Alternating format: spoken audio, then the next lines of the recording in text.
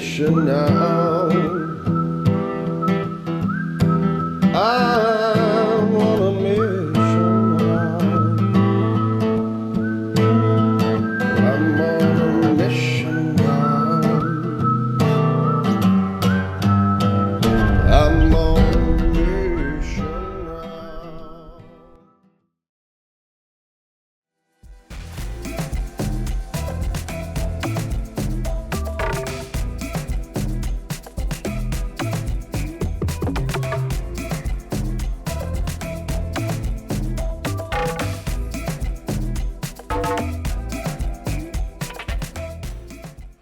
Welcome back to the mission. I'm David Taylor from African Waters, and this is the Perch Peanut for fly fishing for Nile perch in Cameroon at night.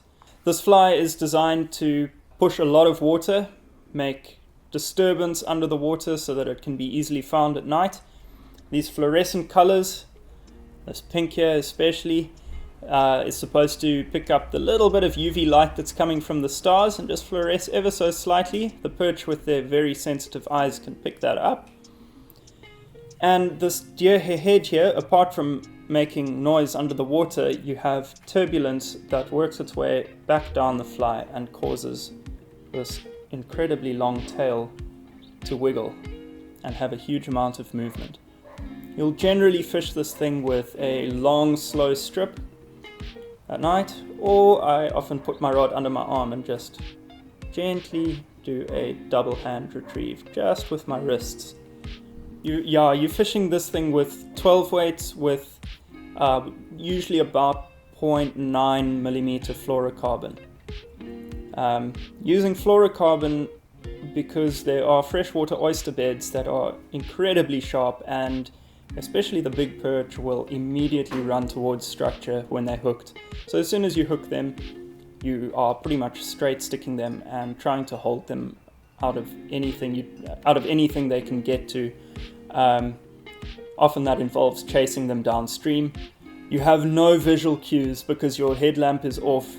There's no moon in the sky, so you're relying on your ears and your feel to firstly keep you safe, and secondly to not fall over, hear fish, that kind of thing. And you'll be doing this for half an hour, and out of nowhere the line will just get almost ripped out of your hand. They hit it very, very hard because they create this massive suction with their huge mouths and just inhale the fly. So it doesn't just stop, it pulls back, it hits you very hard, and then there's just this unstoppable force.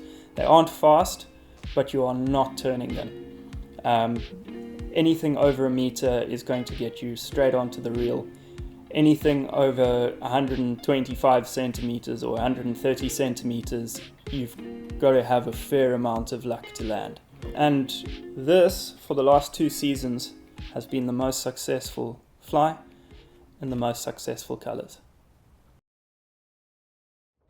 There's quite an extensive list of ingredients here. Firstly, we have the Ahrex SA270 hook in a 6.0 or a Gamakatsu SL12S in an 8.0. They're similar size. This Ahrex seems to be a little bit heavier duty, so it's a bit stronger. Then we have red bucktail. Play around with the colors. I'm using red today. White saddle hackles. You want sort of 5 to 7 inch ones. You want to go slightly longer. Fluorescent pink saddle hackles. Once again, play with the colors. Doesn't have to be fluorescent pink, but this color combo does work well. Some UV, pearl or gold flash. White maribou for the collar, or for the first collar. Some white sculpting fibre for the second collar. Some optional grizzly saddles for the tail. And finally, some tan deer hair for the head. For the deer hair, you want to find something that's fairly long with quite thick fibers.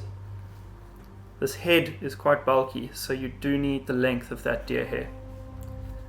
This is a fairly good patch of primo deer hair from Explorer.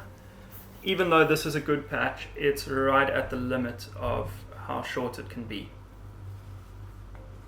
I've got the Ahrex 270 here. It's a 6.0, about a equivalent of an 8.0 Gamma SL12.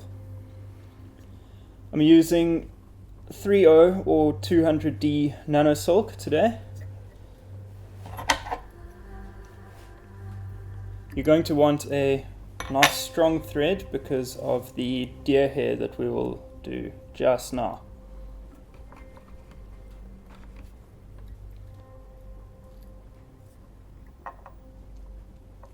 Because nano silk slips all over the shank, it's not waxed at all. I like to get some thin super glue, in this case Q-Bond, just to make sure that the thread doesn't slide around on the shank, which is going to be important for the deer hair head later on. To start, I'm going to take some red bucktail and I'm going to go to the bottom, the nice thick, more sort of hollow fibers. Take a fairly thick bunch.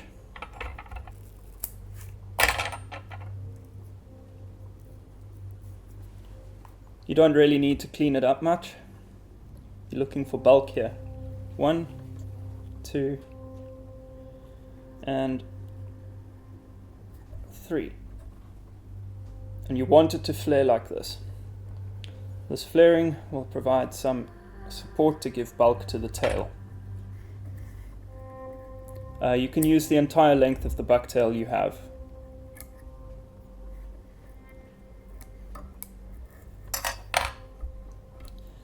Next, I'm going to take 3 pink feathers. So I have 3 of these. You want fluorescent pink. Going to go 1 on either side. Once again, full length of the feather. Yeah, feather must curve outwards. 1 on either side. And 1 on top.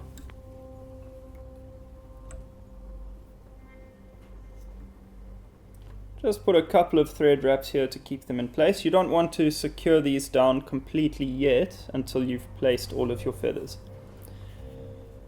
Next we're going to take 3 white saddle hackles and do the same thing. Try and fill in the gaps though.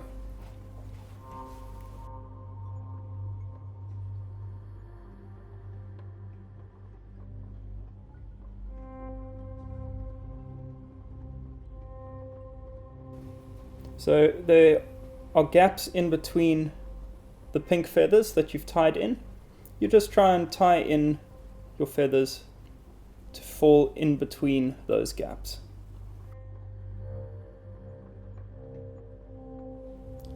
A couple of thread wraps just to make sure they don't go anywhere. And then I've got 2 nice long genetic saddles in grizzly. This isn't necessary. I just like how it looks. And I'll just put 1 on either side here.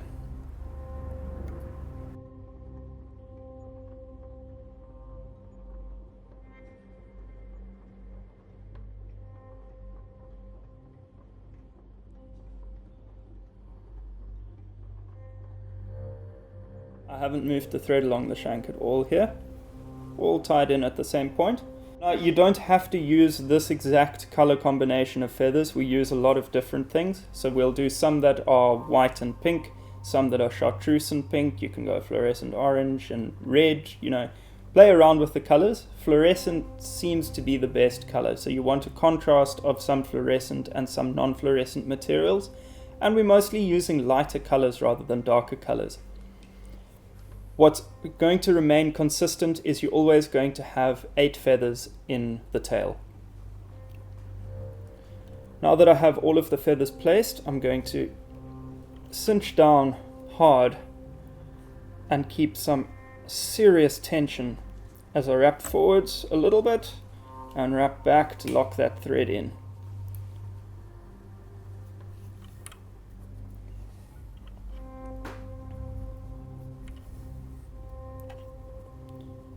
I'm going to trim these feather butts.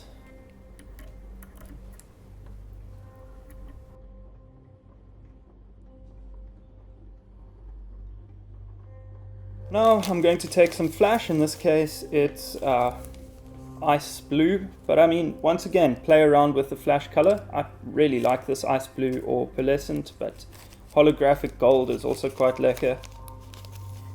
Bit of silver can be nice too. And you can take quite a lot of this. This is quite a thick flash, so I'm going to put 2, maybe 3 on either side. There's a small amount of light coming from the sky and starlight, and the flash does seem to help the fish pick it up. It might just be a confidence booster, but you can even mix up colors of flash in the same fly. Doesn't all have to be the same.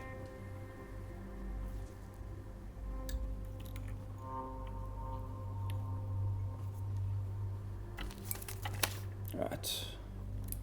Now I have the flash in place and I've trimmed some of the excess. I'm going to take some Q-bond. The reason I use Q-bond is it's very thin, so it likes to sink into materials. I put a bunch of Q-bond on the feather butts there, and then quick before it sets, I try and wrap fairly neatly over the ends.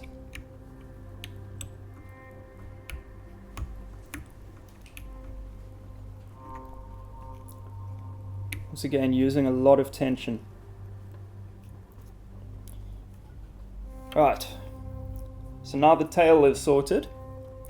Next thing we're going to want to do is once again take a nice thick bunch of the bottom of a red bucktail. You can go thicker here than you did for the start of the tail.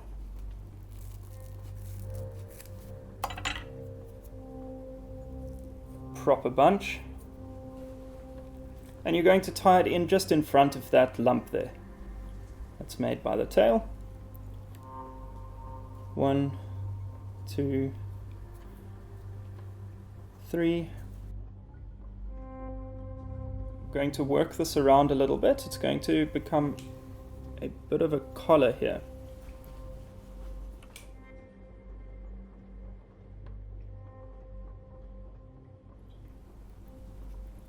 Cinch that down hard.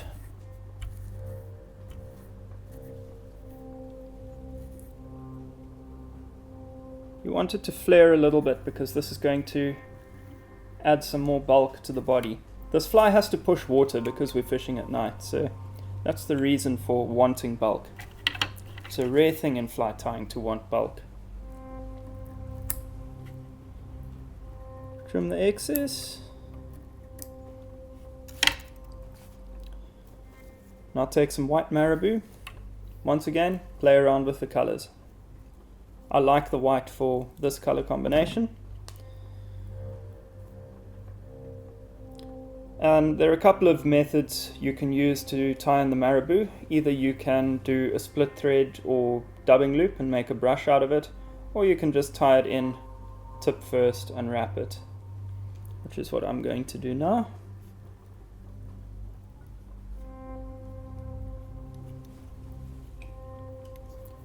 Take your thread forward slightly and just begin to wrap.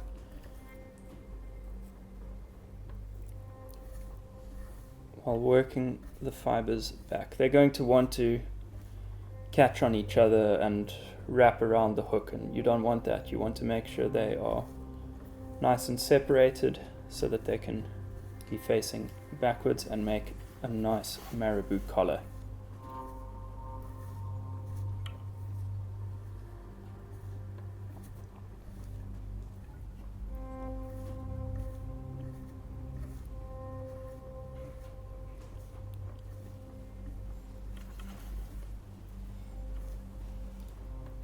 Take your time doing this, make sure it's done nicely.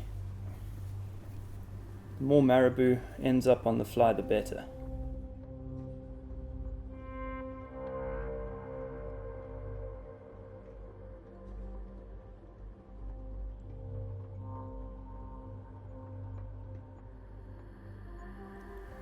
So you're going to want to leave enough shank space to do 3 very large clumps of deer hair for the head. When I say very large, I'm talking like whiteboard marker thickness bunches. So there's still a little bit too much space, so what I'm going to do, and this is a step that's only necessary if you need to reduce some of the hook shank space. I'm going to take some sculpting fibre, in this case white, red will also be fine, and take a bunch that's about 2 inches long or so.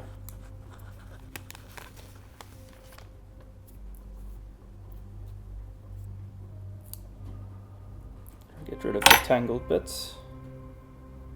Spread this out, and I'm going to make a brush out of this in a split thread.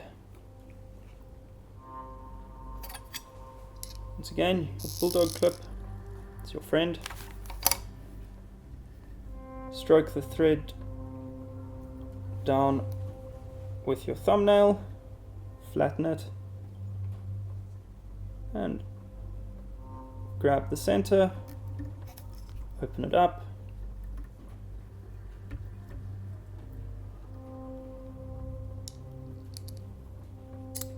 and there we go. Now, pinching the thread just below this stack, you want to spin the bobbin and pull tight. Your maribou is going to want to catch this brush, it's not the end of the world.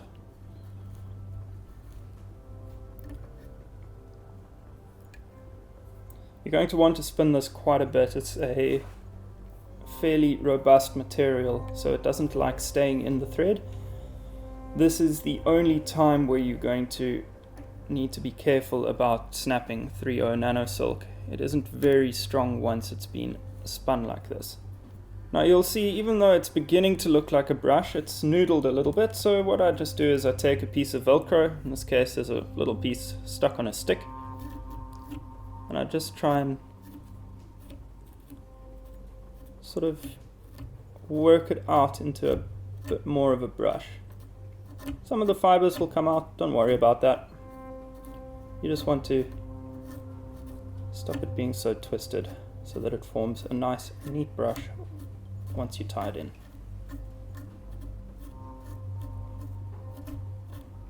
Right, now while I'm tying, I'm going to be stroking it with the Velcro. Same thing as with the maribou, it likes to grab itself and not sit back neatly as you wrap it. So just do this slowly. I'm wrapping this very slowly forward, using up a little bit more of the hook shank.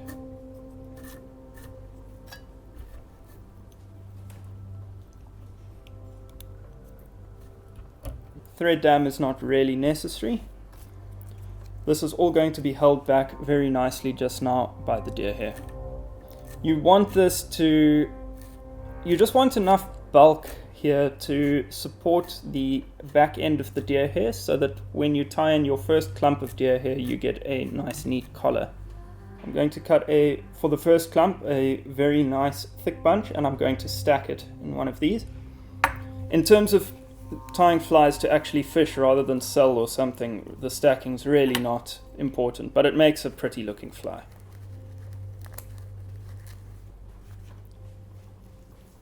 Nice thick bunch of deer hair. You're going to have to pinch it in 3 fingers and just try and brush out all of this fluff.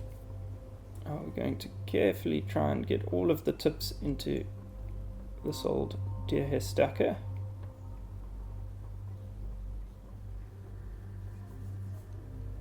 Jay, if you're watching, this is what you need a big deer hair stacker for.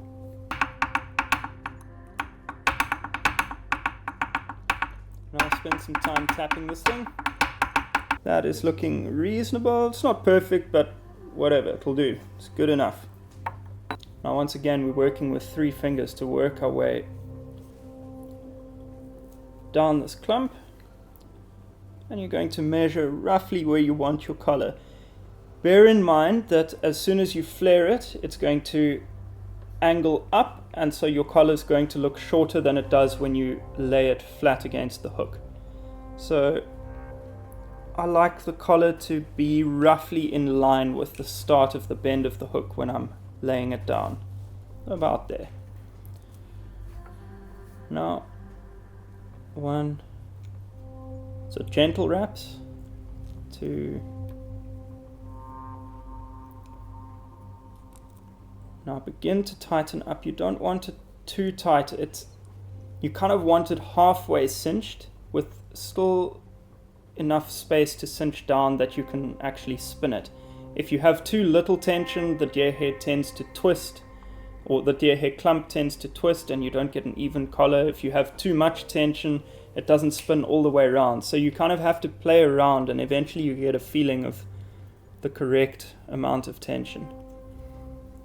Now just work this.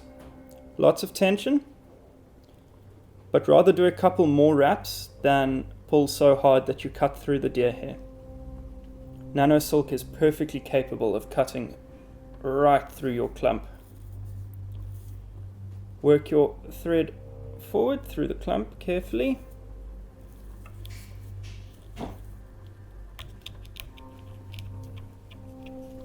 Right, now I've secured the thread there and make space for the next clump. This is also going to be a thick clump. In this case, it's not necessary to stack it.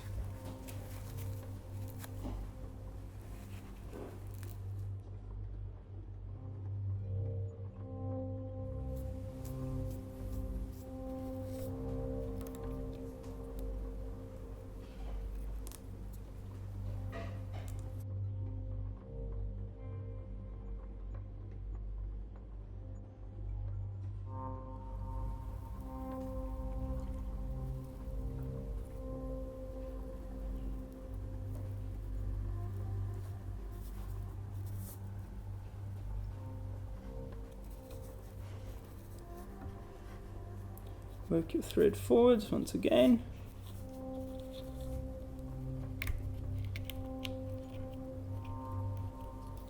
A few wraps just to make sure you don't lose any of that tension on the deer hair clump.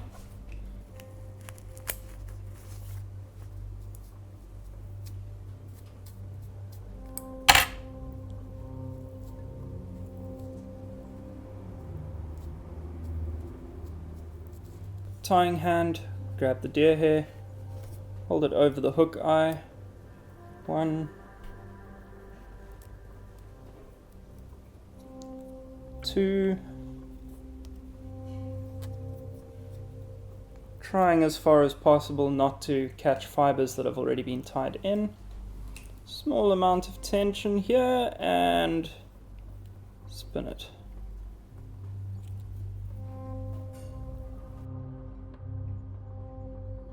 Get your finger into that eye there, try flatten this back a bit.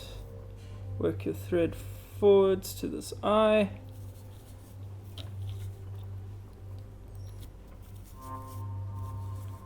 Get a couple of thread wraps in there.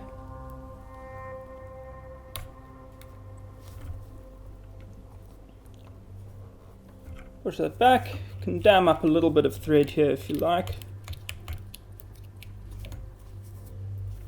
And then while I'm still holding this deer hair, I'll take some Glue Genius and chuck that on the thread. That's a nice thick super glue, so it works well. Leaves a nice shiny head, almost like a thin UV varnish, but it's really strong. And it eliminates the need for a whip finish. Just hold it tight for a second and it'll bind, and then you can cut it off. I like to use a blade for cutting off nano silk. Now I like to trim this deer hair a little bit with this rather than scissors, just so that I can see where I'm going. It's quite difficult to see what you're doing with this massive bulky head initially with these little sharp point scissors. I'll just take off some of the bulk here, make it roughly cylindrical. I'm not shaving down the collar at all, I'm shaving pretty much to the base of the collar.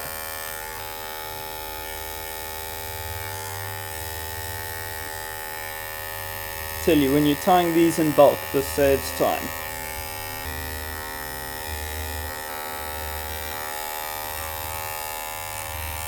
guys have done a little bit of experimentation with like spun foam. I'm sure it does work. Once again, I mean, there's a lot that we can still learn about these fish, and every year the new flies being developed. Right, so the shape of this thing, really not to put too fine a point on it, the shape of the head is going to be the shape of a head, a bell end. That's what you're going for.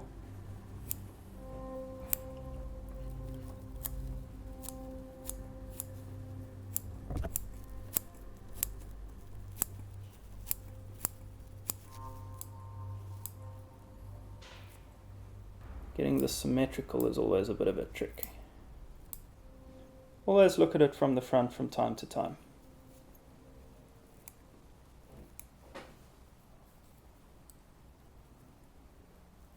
And there you have your perch peanut in the partially used tampon color combination.